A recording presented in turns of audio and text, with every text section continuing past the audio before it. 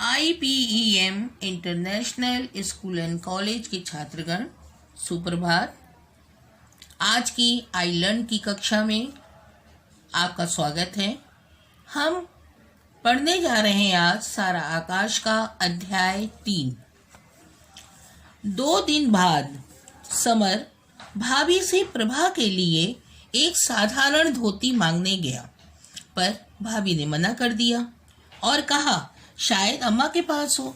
Summer अम्मा के पास नहीं जाना चाहता था, लेकिन प्रभा के लिए उसे धोती चाहिए थी। वो डरते डरते अम्मा के पास गया। उन्होंने भी कोई धोती न होने की बात की। समर ने कहा शादी में धोती आई थी, शायद रखी हो, देख लें। लेकिन इस बात पर अम्मा भड़क गई। उसकी ससुराल से कुछ न आने की सफाई बड़ी जोर जोर से चिल्लाकर देने लगी।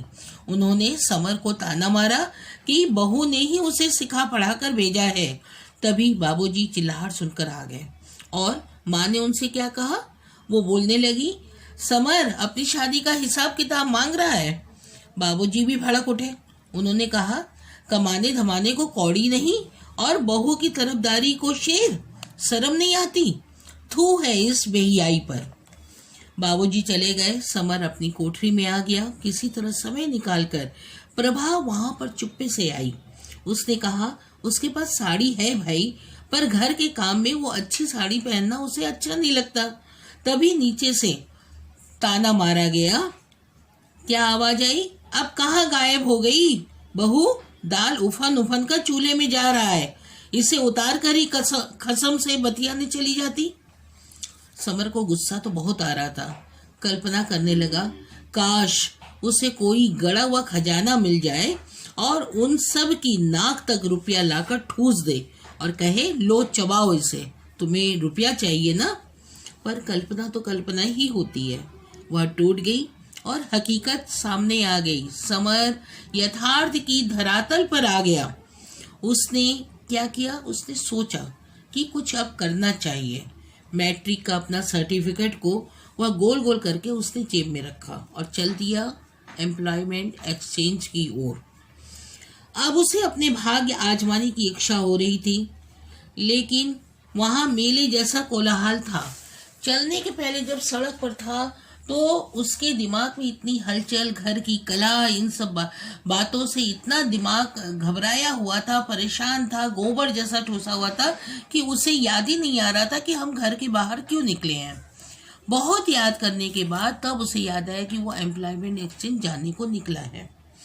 अब उसे अपना भाग्य जो आजमाना था, मेले जैसे कोलाहल में, इतनी भीड़ में वह किनारे जाकर एम्प्लॉयमेंट एक्सचेंज में खड़ा हो गया।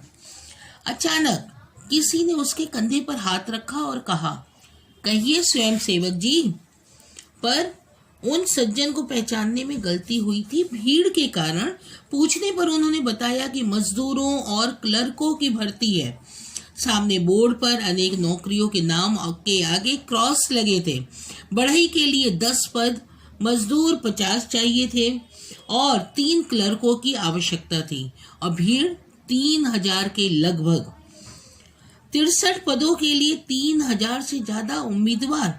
उसका नंबर कहाँ आता? समर सोचने लगा, क्योंकि इनमें तो कोई एम्प्लॉयमेंट ऑफिसर का भांजा होगा, कोई भतीजा होगा। वो सज्जन और समर थोड़ी दूर साथ साथ लौटने पर उन सज्जन साहब ने उससे कहा, इन नेताओं को शर्म नहीं आती जो कहते हैं कि अब भारत स्वतंत्र है। उनके निर्माण के लिए इंजीनियर, डॉक्टर, मशीन चलाने वाले लोग और वैज्ञानिक चाहिए। सच तो यह है कि उन्हें किसी की जरूरत नहीं। उन्हें तो बस अपनी कोठियों की क्यारी हरी भरी रखने के लिए माली चाहिए तथा गाड़ी चलाने के लिए ड्राइवर।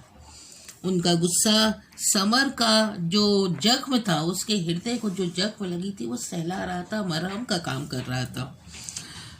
उसकी इच्छा आगे पढ़ने की थी, कुछ बनने की थी, लेकिन पास में न साधन है और न सुविधा। उसने भी कितने बड़े बड़े सपने देखे थे।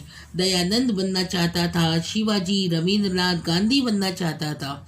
सभी की जीवन गाथा पढ़कर बहुत रोमांचित हुआ था। उसने बाधाओं का डट कर मुकाबला किया था। समर ने प्रभा को भी उसने अपने मार्ग का बाधा माना था और उसे लगा प्रभा से जब उसने बात नहीं किया कि ये बाधा ईश्वर ने स्वयं ही अपने आप हटा दिया। उन सज्जन ने कहा, सफलता प्राप्त करने और महान बनने के नुस्खे स्कूलों और कॉलेजों में विद्यार्थियों के दिमाग में कूट कूट कर भर दिए जाते हैं। इसका पाठ पढ़ने के बाद लड़का पहला काम तो यह करता है कि पहले वो जवाहरलाल नेहरू बन जाए, बाद में नहाए। समर ने सोचा। सज्जन अपने रास्ते तो चले गए, लेकिन समर सोचता रहा, भटकता रहा।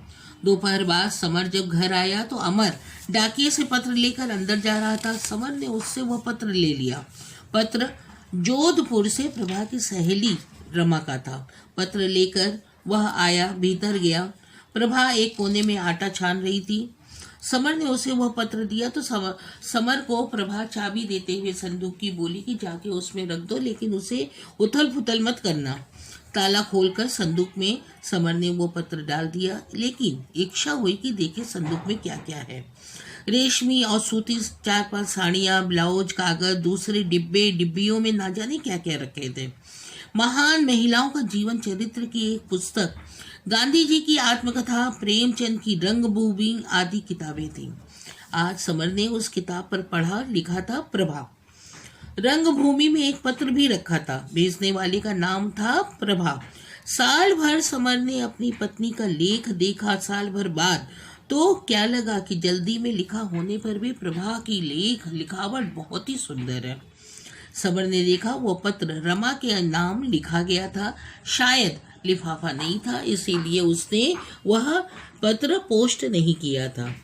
विद्यालय की बातों की चर्चा थी। संसार की हर अच्छी चीज, चाहने की कल्पना, भावुकता भरे सपने। किसी भी लड़के की शादी होती है तो सोचा करती थी कि मेरा पति तो प्रोफेसर होगा, कहीं अफसर होगा, किसी बड़ी कंपनी में मैनेजर होगा। क्या क्या कल्पनाएं थी सुखी गृहस्थी की, पर सब कितना झूठ था। कल्पनाएं सच नहीं होती। ये सब प्रभा ने लिखा था अपनी सहेली रमा को। क्या लिखती है? हमारी हर हंसी पर भाग्य दांत पीसता है। हम रोते हैं तो वह खिलखिलाता है। कविता में बोलूं या कहूं तो उन सभी बचपने के सपने के दिए आज यथार्थ की के विषैले धुएं में घुट घुट कर बुझ गए हैं। नई नई मुसीबतें देखकर अब तो सिहरन तक नहीं होती। लगता है हृदय जमकर पत्थर हो गया है। समर ने जाना कि रमा भी उसी के विचारों की तरह है।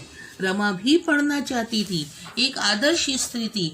आज उसने जो है रमा के साथ साथ प्रभा के बारे में भी जाना उस पत्र के जरिए कि प्रभा एक शिक्षित लड़की है। वो भी चाहती है कि समर कुछ बने और अपने को भी कुछ बनाना चाहती है। वो प्रभा जो है उसी के विचारों की है। समर ने पत्र ज्यों का त्यों संदूक में रख दिया। रात को उसने अपने बारे में प्रभा की इच्छा जाननी चाहिए कि वह भी आगे पढ़े या नौकरी कर ले।